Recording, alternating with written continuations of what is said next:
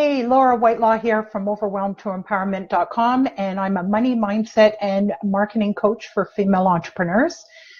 Today, I wanted to focus this live stream on sales strategies and specifically 3 mistakes that are costing you one-on-one sales in your business. So first, a little bit of background. I've been in sales for 25 years now, and over the last little while, coaching female entrepreneurs, I've noticed some making grave mistakes that can cost you sales. So if you find yourself struggling to close one-on-one coaching or consulting gigs, pay attention because this will help you. And during this live stream, if you find the information helpful, please click the like or heart button. And of course, leave your comments or questions below. And if you're watching the replay of this live stream, please also leave your comments or questions below because I'll come back later and respond to them. Also, at the end of this live stream, I'm going to invite you to join my Facebook group for female entrepreneurs, where you can get additional tips on finding success in your business related to sales, marketing, and mindset. So the first mistake to avoid in one-on-one sales is criticizing your prospect in order to sell your services.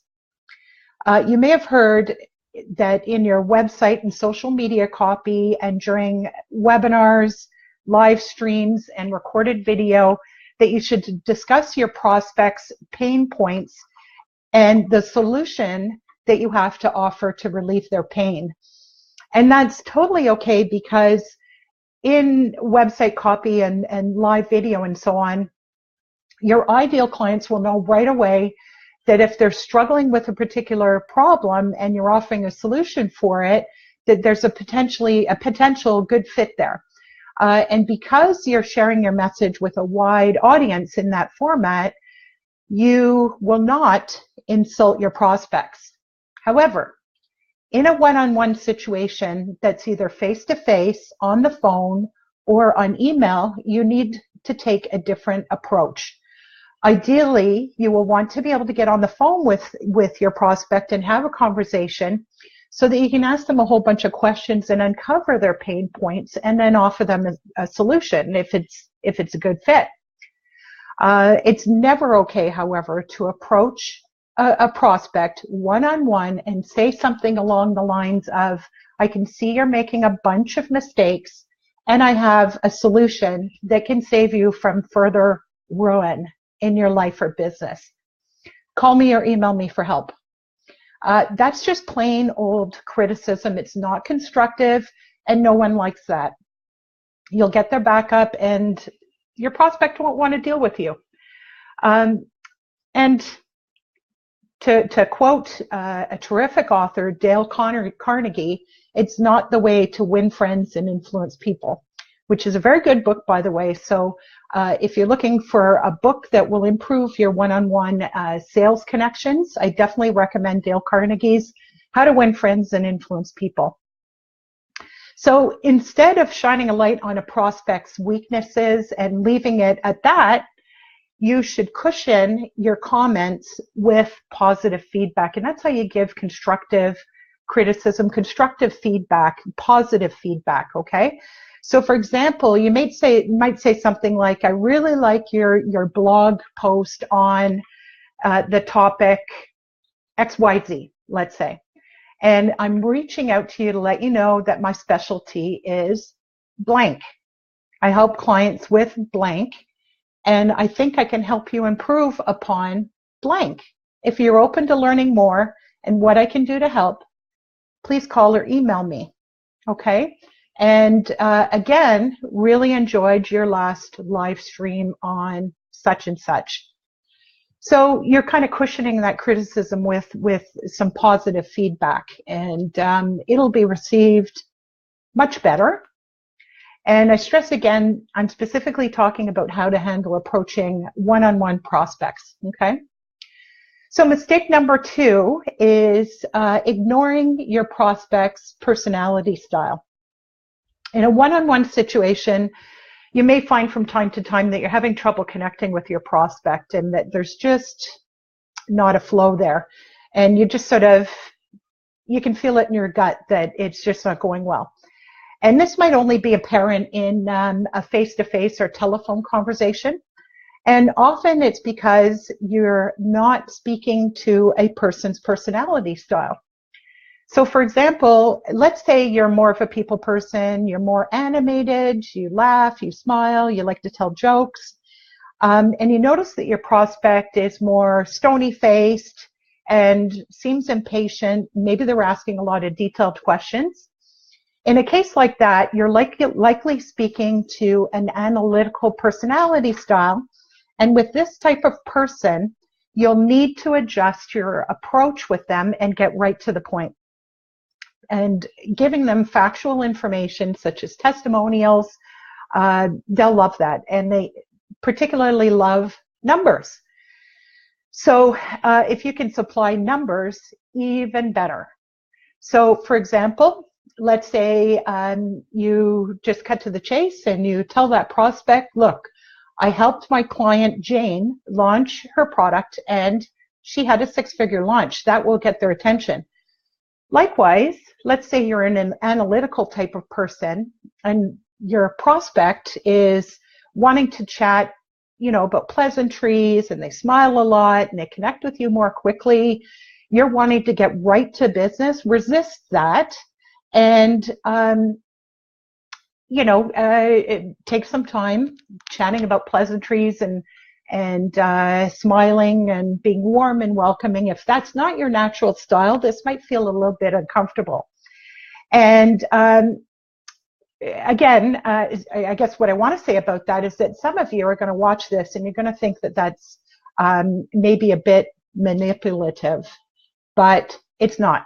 Okay. In fact, in the new year, I'm planning on doing a training on personality styles, which includes 4 basic personality styles. And what you will learn is that each one of us has a different combination of these 4 basic styles, a different mixture. But there's usually one personality style that's more dominant, and it also depends on the situation, whether it's a business situation or at home or what have you. In a sales situation, though, you want to be able to identify quickly which personality style you're speaking to so that you can make a better connection more quickly. You can develop that rapport more quickly. So the third mistake is focusing the conversation solely on yourself. Although you've probably heard before that you should be mindful that the prospect is dialed into their own radio station, WIIFM, which stands for What's in It for Me. What that means is that you should focus on learning as much as you can about your prospect by asking questions. People love to talk about themselves, and so you will also uncover a lot of intel by asking your prospect a lot of questions. And there's a saying in sales that goes, you've got two ears, one mouth, so you should listen twice as much as you talk. So that's probably one of the best tips I can give you in sales is to ask a lot of questions and open your ears to listen for feedback, listen for the information they give you. Now, the mistake that some inexperienced salespeople make, and don't be fooled, by the way, if you're a solopreneur, then you are also a salesperson, is that they get nervous and just talk on and on and on about their business and the benefits. And it's almost as if they figure that eventually they'll say something that will hook the client into, or hook the prospect into buying whatever they're offering. But you need to make sure that you ask them what their struggles are. And what else did I want to say? Yeah, so just focus on asking questions and opening your ears to listen to what they have to say. One final point that I want to make about that is when questioning your prospects, while you'll ultimately want to uncover their pain points, don't forget to also Keep the conversation light, perhaps, depending on the situation. It may or may not be appropriate, but ask them about their accomplishments and what they're proud of, okay?